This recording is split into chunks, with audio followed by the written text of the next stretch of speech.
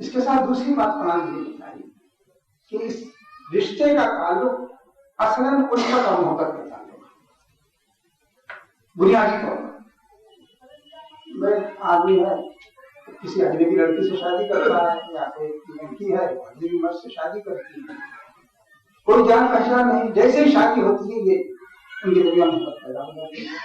قرآن کہتا ہے کہ یہ تو قدرت کی نشانی ہے کہ اجنبی لوگوں کے درمیان بھی اس رشتے کی وجہ سے محبت پیدا ہو جاتی ہے۔ تو ایک جگہ فرمایا گیا ومن آیاتہ ان خلق لکم من انفسکم ازواجا وجعل بینکم مودۃ ورحمۃ لتسکنوا الیہا وجعل بینکم مودۃ ورحمۃ ان فی ذلک لآیات لقوم یتفکرون۔ یہ تو خدا کی قدرت ہے، اس کی نشانی ہے کہ دو اجنبی افراد ملتے ہیں اور ایسی غیر معمولی محبت پیدا ہو جاتی ہے ان کے درمیان۔ پہلے سے آدمی رشتے داروں میں شادی ہونے واپس نہیں تو یہ بالکل ہی اچھی گھرانوں میں شادی ہوتی ہے، تو کہا کہ شادی ہوئی اور دونوں کے درمیان محبت پیدا ہوئی، اور اس سے یہ شادی کا مقصد یہ بتایا گیا کہ تاکہ تمہیں سکون حاصل۔ پہلی بات یہ کہی گئی وہ جعل بینکم مودۃ، تمہارے درمیان اللہ تعالیٰ نے محبت پیدا کر دی۔ اس سے معلوم یہ ہوگا کہ محبت دونوں طرف سے ہونی چاہیے، ایک طرفہ ہوگی تو زیادہ دن نہیں چلے گی۔ اگر شوہر محبت کر رہا بیوی محبت نہیں کر رہی ہے، بیوی محبت کرتی ہے شوہر نہیں محبت کر رہا ہے، ایک چاہے گا دوسرا نہیں چاہے گا، تو قرآن نے کہا وہ جعل بینکم مودۃ، اللہ نے تمہارے درمیان یہ دوستی رکھی ہے، اور یہ اس لیے ہے کہ اس سے تمہیں سکون حاصل ہو زندگی میں، ہمہ ہمی میں، اور جو اس وقت اضطراب اور بےچینی پھیلی ہوئی ہے اس میں آدمی کو سکون ملتا ہے گھر میں، اور گھر میں بھی بیوی کے ذریعے۔ تو کہا کہ یہ اس لیے ہے، اور بیوی کو شوہر کے ذریعے، تو کہا کہ اس لیے ہے تاکہ آدمی سکون حاصل کرے۔ انسان سکون کا طالب ہے، اور آج دنیا ترقی کرنے کے باوجود جس چیز سے محروم ہے وہ سکون ہے۔ تو قرآن نے کہا کہ یہ سکون اگر تم چاہتے ہو تو یہ ذریعہ ہے۔ بازار میں جو کچھ ہوتا رہے، باہر جو بھی ہنگامہ ہوتا رہے، گھر پہنچو تو تمہیں معلوم ہو ایک سکون کا تمہیں ماحول ملا ہے، اطمینان کا ماحول ملا ہے، اور وہاں آپ تم آرام سے رہ سکتے ہو۔ کہا کہ اس پر غور و فکر کرنے والوں کی اس میں بڑی نشانیاں ہیں۔ پھر ایک بات بتائی کہ تمہارے اس تعلق کی نوعیت کیا ہونی چاہیے، ہن لباس وانتم لباس، عورتیں تمہارا لباس ہے اور تم ان کا لباس ہو۔ اس کی معنویت پر جتنا آپ غور کریں گے واقعہ یہ ہے کہ نئے نئے پہلو سامنے آئے۔ آج حیرت میں پڑ جاتا ہے کہ کیا تعبیر قرآن نے استعمال کی ہے۔ انسان کے قریب اس کے لباس سے زیادہ کوئی نہیں ہوتا۔ قرآن نے کہا کہ یہ لباس تم اس کا لباس ہو، وہ تمہارا لباس۔ اس سے زیادہ قربت کی بات اور کہیں ہی نہیں جا سکتی۔ میرے جسم سے سب سے قریب چیز میرا لباس ہے، اور ہر شخص کے جسم سے قریب اس کا لباس ہے، اور پھر یہ میری عیوب کو ڈھانپنے والا ہے۔ میرے اندر کوئی ذات بندے ہیں، تھوڑے پلسیں نکل آئی ہیں یا کوئی اور خرابی ہے تو ڈھانپتا ہے۔ تو قرآن نے کہا کہ تمہارے تعلق کی نوعیت یہ ہے کہ تم بیوی کا لباس ہو، بیوی تمہارا لباس ہے۔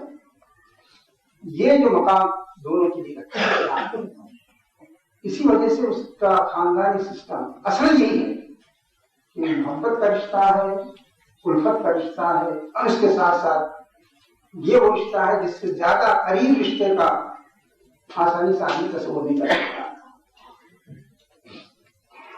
اس کے ساتھ ساتھ یہ بھی کہا کہ اس ادارے کو چلانا ہے تو دونوں مل کے چلانا۔ ایک تو یہ کہ ادارہ ضروری ہے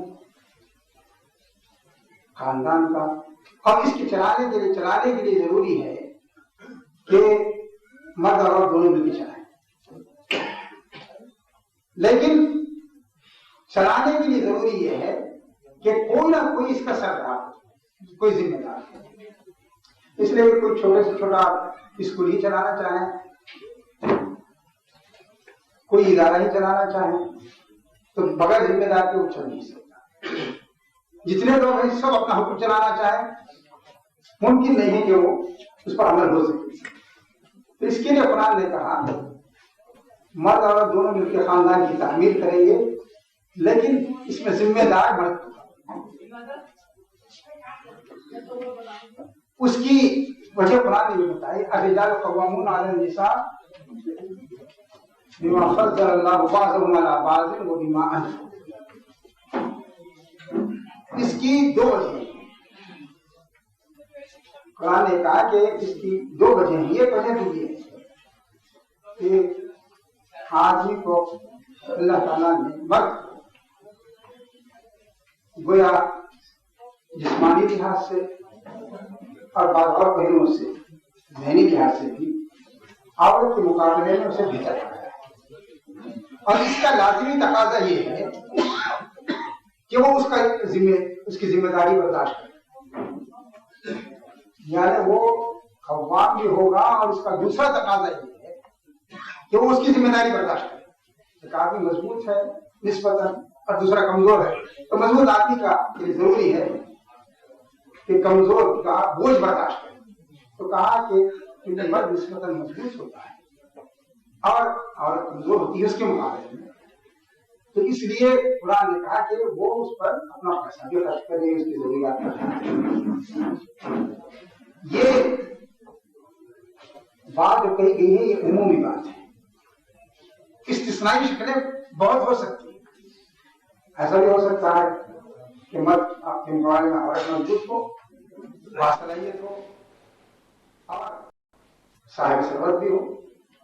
یہ سب امکانات ہیں، لیکن عمومی بات یہ کہی گئی کہ اس کا ایک سربراہ ہوگا، سربراہ مرد ہوگا، اور اس وجہ سے ہوگا کہ وہ عورت کے مقابلے میں زیادہ مضبوط ہے، زیادہ طاقتور ہے اور مدعو کر سکتا ہے، ذہنی لحاظ سے بھی اس سے بہتر ہے. اس لیے اسے یہ چیز حاصل ہونی چاہیے اور اس کی ذمہ داری یہ ہے کہ اس پوزیشن کی وجہ سے وہ عورت کے ذمہ اخراجات اور اس کے نام رکھنے کا تو برداشت کرے. اس کے بعد یہ کہا اب کسی کے سربراہ بننے کے بعد دوسرا فریق یا دوسرے افراد اس کی اطاعت نہ کریں تو گھر کا نظام نہیں چل سکتا. تو قرآن نے کہا الرجال قوامون علی النساء بما فضل اللہ بعضهم علی بعض وبما انفقوا فالصالحات قانتات. اس کے بعد فرمایا کہ اب جو صالح عورتیں ہیں وہ مطیع ہوں گی، فرمانبردار ہوں گی اللہ کے احکام کی بھی اور شوہر کی ہدایت کی بھی. یہ بات اس لیے بتائی گی فالصالحات قانتات حافظات للغیب بما حفظ اللہ. اس کا ایک مفہوم بما حفظ اللہ یہ ہے کہ اللہ تعالیٰ نے جو ہدایات دی ان کی پابندی کی وجہ سے اسے اس کی اطاعت کرنی چاہیے. ایک اور مفہوم بھی اس کا ہمارے علماء کرام نے لکھا ہے، وہ یہ کہ اللہ نے اس کی حقوق کی حفاظت کی ہے. مرد کو مطلق اقتدار نہیں دیا ہے بلکہ اس کے حقوق کی اللہ نے حفاظت کی ہے. اس کا تقاضا یہ ہے کہ وہ اس کی اطاعت گزار کرے. ایسا نہیں ہے کہ اس کی اطاعت کی وجہ سے اس کے حقوق ضائع ہو جائیں.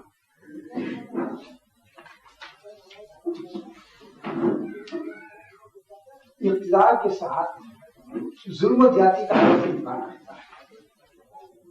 کسی کو بھی اختیار دیجیے آپ، اقتدار کے ساتھ کبھی ایسا ہوتا ہے انصاف ہو اور کبھی اس کا امکان رہتا ہے کہ ظلم و زیادتی ہو. مرد کو اگر اقتدار دیا گیا ہے تو ظلم و زیادتی کا بھی امکان ہے. تو اس کے لیے کہا گیا دو باتیں کی گئی. ایک تو یہ کہ مرد کو مستقل تعلیم دی گئی کہ عورت کے ساتھ بہتر سلوک کرے اور اس کے حقوق کو پہچانے. قرآن اس سلسلے میں جو ہدایت دی وہ یہ ہے وہ عاشروہن بالمعروف فإن کرہتموہن فعسى أن تكرهوا شيئا ويجعل الله فيه خيرا كثيرا. ان کے ساتھ دستور کے مطابق بہتر سلوک کرو. معروف سے مراد یہ ہے کہ سوسائٹی کے اندر بہتر سلوک کا جو تصور ہے وہ زمانے کے لحاظ سے بدلتا رہے گا، حالات کے لحاظ سے بدلتا رہے گا، میاں بیوی کے حالات کے لحاظ سے بدلے گا، اور جس ماحول میں رہ رہا ہے آدمی، جس ملک میں رہ رہا ہے اس کے لحاظ سے بدلے گا. لیکن سلوک ایسا ہونا چاہیے جو جس کا اعتبار سوسائٹی میں کیا جائے کہ یہ بہتر سلوک ہے. تو کہا گیا کہ واشیوہن بالمعروف، معروف کے مطابق ان کے ساتھ حسن سلوک کرو.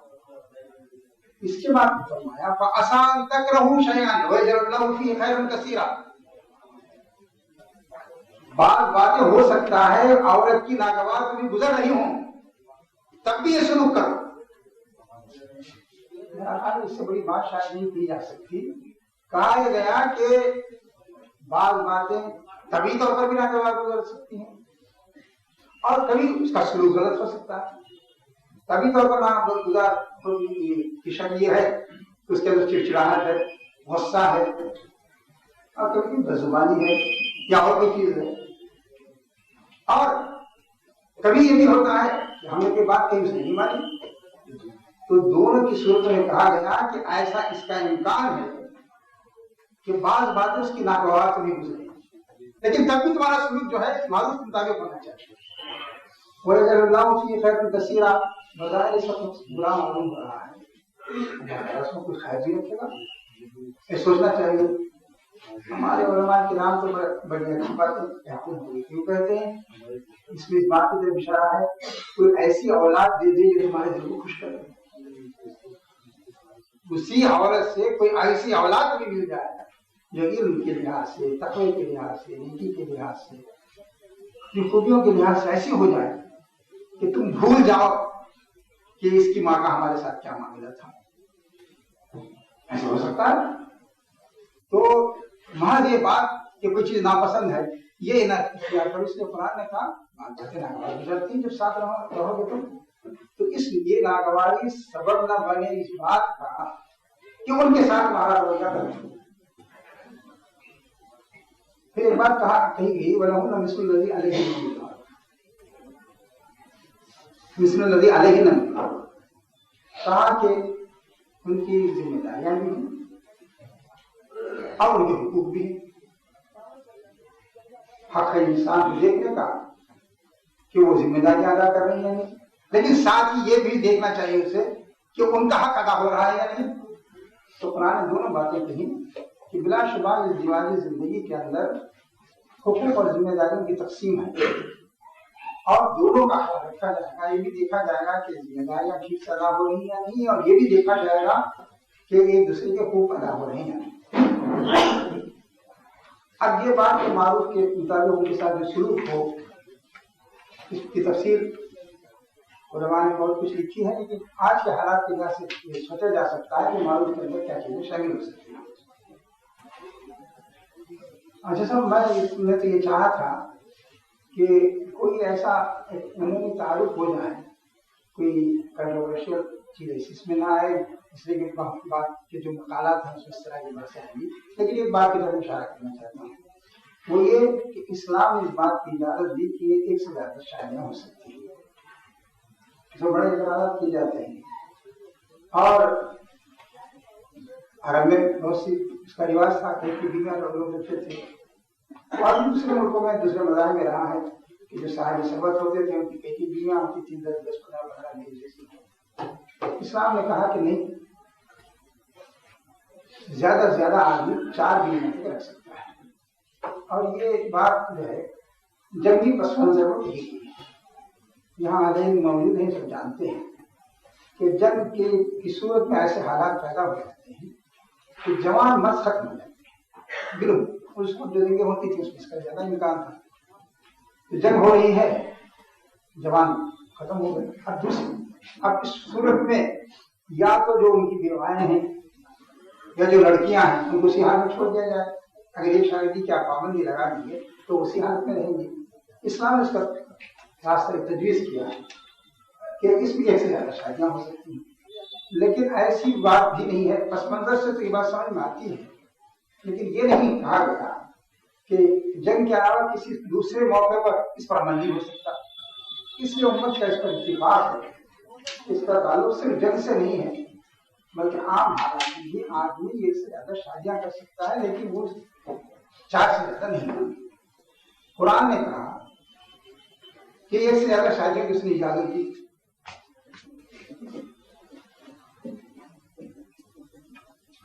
اس کے بعد اس نے یہ کہا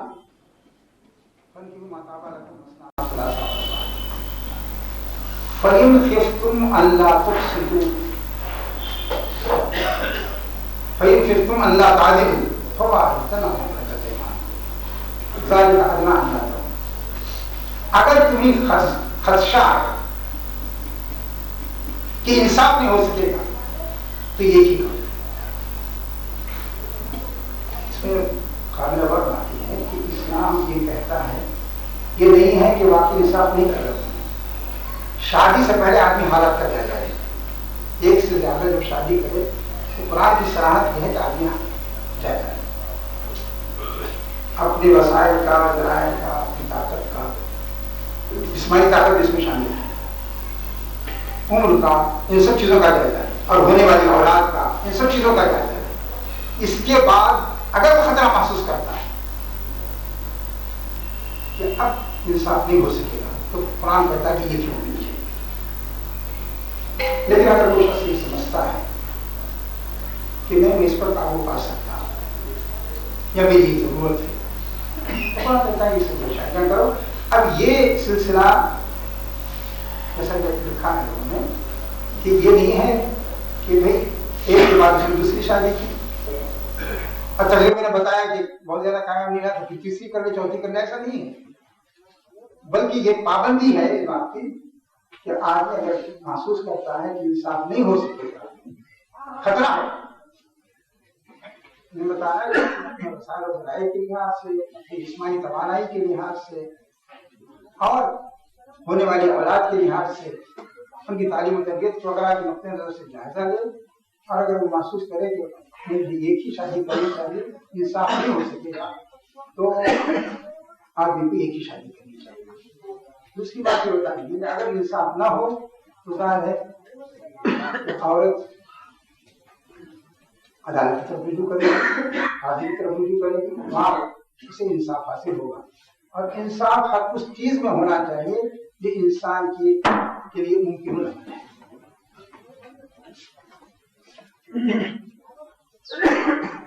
ازدواجی تعلقات خراب بھی ہو سکتے ہیں. اسلام کی تعلیم یہ ہے کہ خراب اگر ہونے لگے تو آدمی صبر و ضبط سے کام کرے اور حکمت کے ساتھ سے دور کرنے کی کوشش بھی کرے. سختی بھی کر سکتا ہے، لیکن اصلاً تعلیم یہ ہے کہ آدمی حکمت کے ساتھ، صبر کے ساتھ ان تعلقات کو ٹھیک کرنے کی کوشش کرے. اور اگر مرد کے اندر کوئی خرابی ہے تو عورت ٹھیک کرنے کی کوشش کرے. دونوں طرف سے کام ہو تاکہ اس میں بگاڑ نہ آئے. اگر تعلقات بہت زیادہ خراب ہو جائیں طلاق ہو سکتی ہے. یہ اسلام نے نہیں کہا کہ تعلقات کچھ بھی ہو جائیں، عورت کی زندگی مصیبت میں پڑ جائے یا مرد کی زندگی مصیبت میں پڑ جائے، طلاق کبھی نہیں ہو سکتی. قرآن کہتا ہے ایسی صورت میں طلاق کی گنجائش بھی ہے، خلا کا بھی حکم کی اجازت ہے کہ دونوں طریقے تم اختیار کر سکتے ہو. لیکن اس کے ساتھ ساتھ اس نے ایک بات یہ بھی کہی ہے کہ کوشش یہ بھی ہونی چاہیے کہ ان کے درمیان صلح صفائی کرا دی جائے. جوانی میں بہت سی باتیں ہو جاتی ہیں، جذبات بھی ہوتے ہیں، اور کبھی کبھی دونوں خاندان کے لوگ بگاڑ بھی دیتے ہیں. ادھر ماں باپ کے لوگ بگاڑ رہے ہیں، ادھر بھی کوئی رشتہ دار بگاڑ رہے ہیں.